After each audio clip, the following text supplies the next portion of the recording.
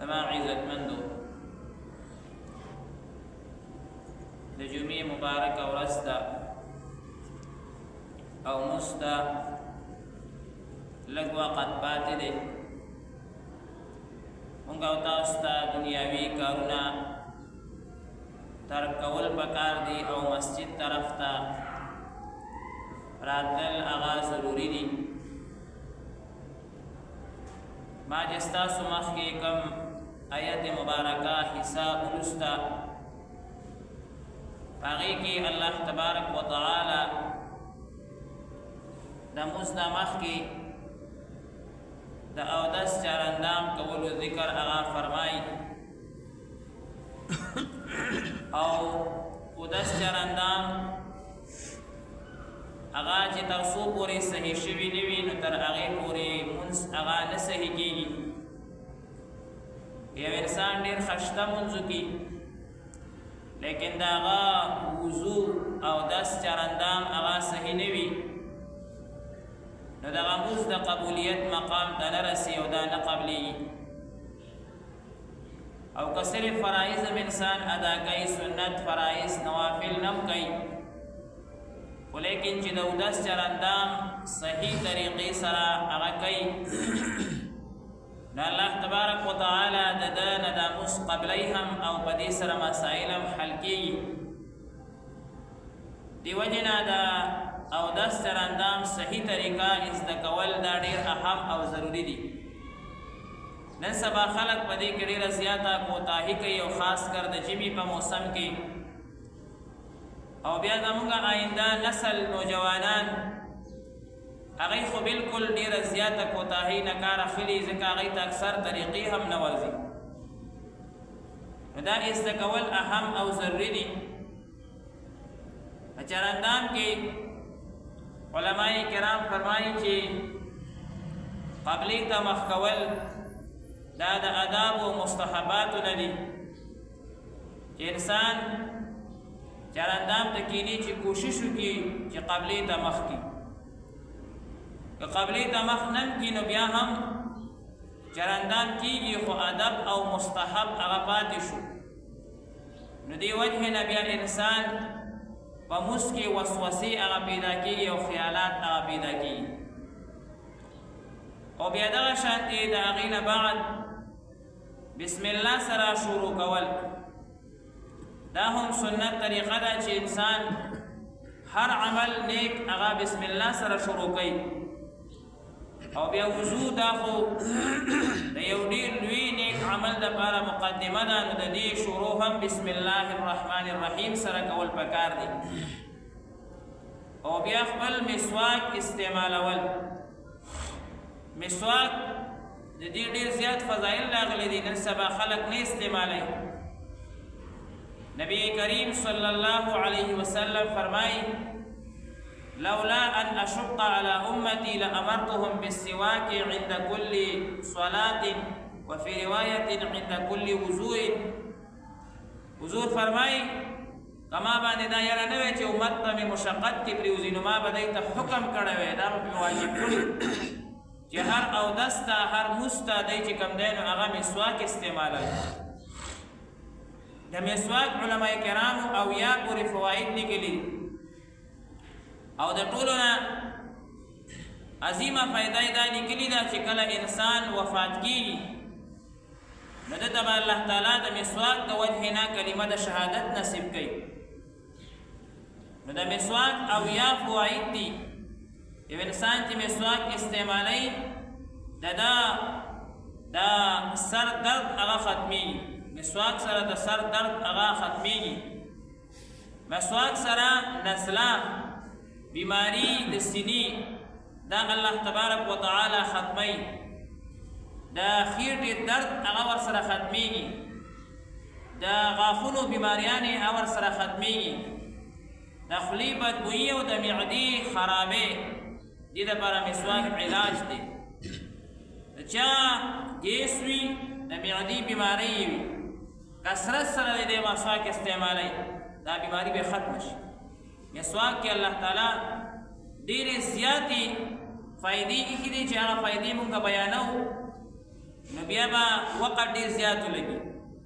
خو مسواک دومره اهم شی دی چې انسان هر قسم خوراک وکړي او د هغې نه بعد مسواک استعمال کړي او ښه صحیح مسواک وکړي سنت طریقې سره ښه مبالغې سره. نو د هغه خوراک چې څومره مسرات نقصانات دي هغه الله تعالی ختم نو مسواک استعمالول په اودس کې او یو منس هغه په او یو باندې بدلېږي مسواک سره. بیا په خوله کې اوبه اچول ټوله خوله کې اوبه ګرځول هسې معمولي غوندې نه دې ژمي کې خلک هسې معمولي خوله لمدوي نه ټوله خوله کې اوبه اچول چې پوره خوله لمده شي دا سنت طریقه ده.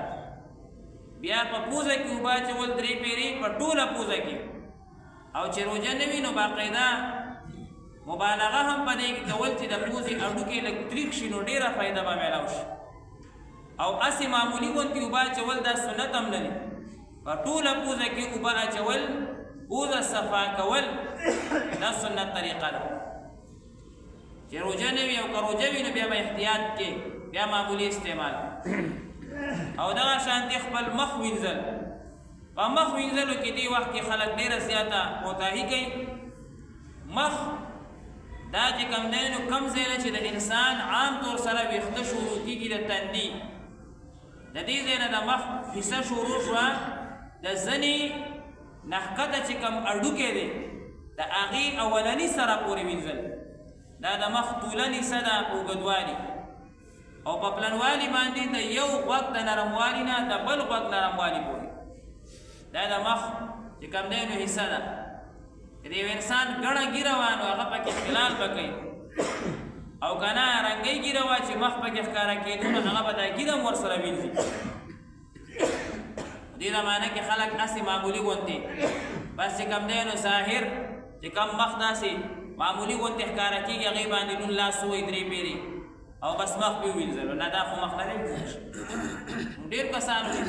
ډېر کسان دا ګرمه ټوپۍ هغه چې کوم دی نو په سر کې او در تندې پکې پټ کړي نه لرې کوي او مخ مې ووینځلو نو تندې خو دې پاتې چې تندې پاتې شو نو او داس نه دی شوی. په دې حصه کې چې دا کومه ما ذکر کا چې دا سر دا ویښته کوم ځای نه شروع کېږي دا زنې تر لاندې پورې او د یو غوږ نرمۍ نه بل غوږ نرمۍ پورې دې کې چې د نوک برابر دی پاتې شو دا چې کوم دی چردا نه دی شوی دا فرض دی. مخ وینځل فرض دی. فاغسلوا وجوهکم په دې فرایضو کې یو معمولي ځای پاتې کېږي بیا مخ هغه چې کوم دی نه دی وینځلی شوی. لاسونه سنګلو سره وینځل ډېر کسان دې ورځو کې چې کوم دی نو سنګلې منګلې نه وینځي معمولي غوندې بس هسې هغه چې کوم دی نو وینځي او پوره لاس نه وینځي مونځ نه کېږي دا هم فرض دی. لاس به سنګلو سره وینځي 3 پیرې به وینځي چې اوبه ترې نه روانې شي او دغه شانتې مسحه د سر کول دا هم فرض ده. د سر مسحه زنانه خو ټولې غلطه مسحه کوي ټولې زنانه دا مسله یې کوي په سر باندې لوپټه وي په لوپټه باندې داسې هسې اشاره غوندې وکړي بس مسحه وشو. وایي سر مې ښکاره کېږي بار چې ګرځي سر ښکاره کېږي خیر دی خو چې مسحې دپاره سر ښکاره نه شي هسې لوپټه پې داسې کته اوبره کړي بس مسحه وشوه. پوره سر مسحه کوئ پوره سر لوپټه اخوا که جنانه خو به موس په داسې خاموش او پټ ځای کې کوي چې د هغې بدنونه ښکاره کېږي نو چردان خو به خود به پټ ځای کې کوي که سر یې به پټ ځای کې ښکاره شي نو ښکاره دې شي که غسلخانه کې یا پټ ځای کې داسې د اودس ځای کې چې د دې سر نه ښکاره کېږي بهر خلکو ته او دا به چې کوم دی نو باقاعده لوپټه لرې کړي او په سر باندې به ټول لاسونه دواړه ووخېږي مکمل سر یې څومره د سر د پاسه ویښتې چې دي هغه ټولو ته باقاعده اوبه ورسي هله به دا مسحه کېږي. که داسې مسحې کړي وه لکه نن سبا زنانه چې کومې مسحې کوي دا مسحې نه کېږي دا خو د لوپټې مسحه کوي.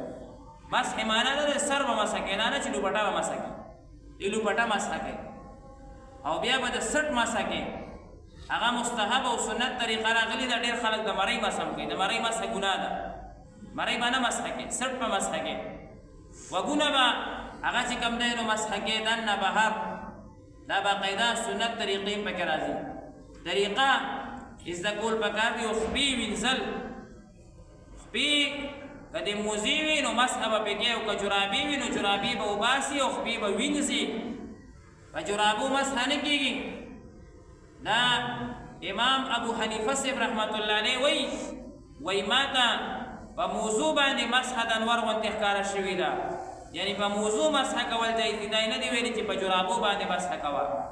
ډېر خلک وایي په جرابو مسحه کېږي، په جرابو مسحه نه کېږي، په هغه څیز باندې مسحه کېږي چې خپې ته یې ور واچي او 3 شرطه پکې وي. یو دا چې اوبه پې واچي اوبه نه جذب کوي، دویم دا چې بغیر تړلو تړلی شوی وي، او دریم دا چې 1 میل یا 2 میله پکې بغیر چپلو ګرځېدی شي، نو دا صفت په موضوع کې موجود دی. دا په جرابو کې نشته، جرابه په ربړ تړلې شوي ده، دې کې ربړ دی او اوبه پې واچوه نو لمدېږي، او میل نه چې 10 ګزم پکې بغیر چپلو په ځمکه باندې هغه نشي ګرځېدی. دا 3 صفات 3 شرایط هغه چې کوم دی نو لیکلی شوي دي چې د موضوع به دا شرایط وي نو هغه موضوع باندې به مسحه کېږي. جرابه کې دا شرایط نشته، په جرابه مسحه نه کېږي. ډېر خلک ځان خلاصوي په جرابه باندې هغه چې کوم دی نو مسحه کوي، په جرابه مسحه نه کېږي. خپه به صحیح وینځي، پې باندې لاس دې ورځو کې به لاس هم په خپه باندې وي، ځکه دا خشکي ده، او اوبه هغه چې کوم دی نو نه رسي، ډېرو خلکو نه خپې وچې پاتې شي. شاته چې کوم دی نو نبي علیه صلات وسلام د یو کس پوندې ولیدې، هغې کې معمولي ځای سپین ښکاره کېدو او نه وینځلی شوی. حضور فرمایل ویل للعقاب من النار، دا پونده به په اور کې وي، دې دپاره اور دی، جهنم کاندې ته به ځي. کمې سپې او کم مقام چې صحیح ووینځلی شو، هغه به د مزګزار دپاره باقاعده د قیامت په ورځ نښه وي. مخ به یې پړه کېږي، لاسونه به یې پړه کېږي، خپې به یې پړه کېږي، مخ به یې باقاعده رڼاګانې کوي چې دا د مسلمانانو هغه مزګزار دی، او د چردام اوبه د ده په مخ باندې او د ده په لاسونو باندې د ده په خپو باندې لګېدلي دي، باقاعده رڼاګانې به ته خېږي چې دا مزګزار دی. او کم چې نه وینځلی شوي هغه اور ته ځي، هغه اور ته ځي. دې خبرو ته باقاعده سوچ کول پکار دی. اودس زمونږ ډېر غلط دی، ډېر زیات خطا دی. بیا په اودس کې په استنجا کې زمونږ ډېرې خطرناکې غلطیانې دي، ډېرې خطرناکې غلطیانې په استنجا کې ما ډېر خلک لیدلي دي، ډېر خلک مې لیدلي دي. دا کې امتیازي وکړي، هغه نه لرې کوي، هغې د پاسه چې کوم دی نو ځان صفا کوي. نو څنګه به ځان صفا کوي؟ ټولې ګندګي سړي کې خو تا ته را روانې دي، ته وایې ځان صفا شو. تشې امتیازي به وکړي، هغې باندې به اول اوبه اچې، کموډ اول صفا کړه، په هغې اوبه واچې او بیا ځان وینځه. د کموډ کې به هغه تشې امتیازي ګند پروت دي، او ګیر چاپېر به دې سړي کې ورغلي وي، او دی به لګیا وي په هغې به اودس وکړي. ټول جامې دې ځان ته څښا کړي او ټولې خپې دې ځان ته څښا کړي، ټولې دې چپل هم څښا کړي، هر څه دې څښا کړه. او ډېر زیات خلک هغه دا غلطي کوي چې لیټرین ته به ننوځي، استنجا خانې ته به ننوځي، هلته به امتیازي وکړي، اوبه به واچي او ډارېک به راوځي، بس زما استنجا وشو. او تپوس وکړي وایي دا پرتوک چې دی هلکه لوند شو، وایي دا خو د چردام اوبه دي. خو دا خدای انصافداره دا په دې د امتیازو په ځای کې امتیازي پاتې شوي هغه ته کې دی راوځي، ټول پرتوک دې پلیتېږي. لوټه استعمال کا، ټیلټ پیپر استعمال کا، ځان مطمئن کا. مفتی محمد فرید صاحب رحمت الله علیه چې مفتی اعظم د حقانیې او د تمام علاقې، هغه به د علوم حقانیې کې جمع ورکوله، هغه به صرف په استنجا زما 15 منټه لګي، صرف په استنجا زما 15 منټه لګي. ما پسې بزرګونو خلک ولاړي، او استنجا خو د ټولو نه ګران کار دی. تر څو پورې د ډنې مطمئن شوي فقها وایي کېنه، پاسه یو خپه د بلې خپې د پاسه کا، ټوپ وخه، ټوخې وخه، هر څه کا چې امتیاز بالکل خارجي شي او زړه دې مطمئن شي، او په لوټه باندې صفا کې یا په ټیلټ پیپر باندې صفا کې ځان، بیا د هغې نه پس چې کوم دی نو اوبه په ځان واچوه، صفا استنجا وشو. او چې امتیاز یې وکړي او ډارېک په ځان اوبه ور واچوي او ګړز هغه چې کوم دی نو راوځي، هلکه پرتوک دې ټول پلیت شو. نن سبا ټول نوجوانان داسې دي، سم دی که چل ورځي نه ور دا خو د ازوا تناسل کې وایي اوبه یې نښتې وي، هغه راووتې. مونږ یو استاد وایي بیا خو به شاته ډېرې اوبه یې نښلي، بیا خو هغه به راوتل پکار. دا سوچ کول پکار. دا یو لوټه اوبه چې کم ځای کې ما تاسو ته وویل چې استنجا دپاره دا ضروري ده چې کم ځای کې امتیاز وکړي نو هغه ځای ځان ته اول صفا کوه. بهرحال دا ټولې مسایل زده کول پکار ده. دا چې نه شوي تر هغې پورې ستا مونځ نه کېږي. نن سبا نوجوان ته دا نه ورکړي. نن سبا ډېر زیات خلک هغه چې کوم دی نو غلط اودس وکړي بیا وایي زمونږ مونځ قبلېږي نه. نو مونځ به دې څه قبول شي؟ دا خو چې کوم دی نو ټولې جامې پلیتې کړي، ټولې جامې هغه پلیتې دي، استنجا غلطه ده، جردام غلط دی، او مخ دې نه دی وینځلی، د سر مسحه دې صحیح نه ده کړې، او موضوع باندې دې مسحه نه ده کړې، په جرابو دې مسحه کړې، نو بیا مسائل نه حل کېږي. نبی کریم صلی الله علیه وسلم فرمایي کم اندام چې وینځلی کېږي د هغې ظاهري صفا هم کېږي او د اندروني د ګناه نه هم هغه اندام صفا کېږي چې صحیح جردام شي.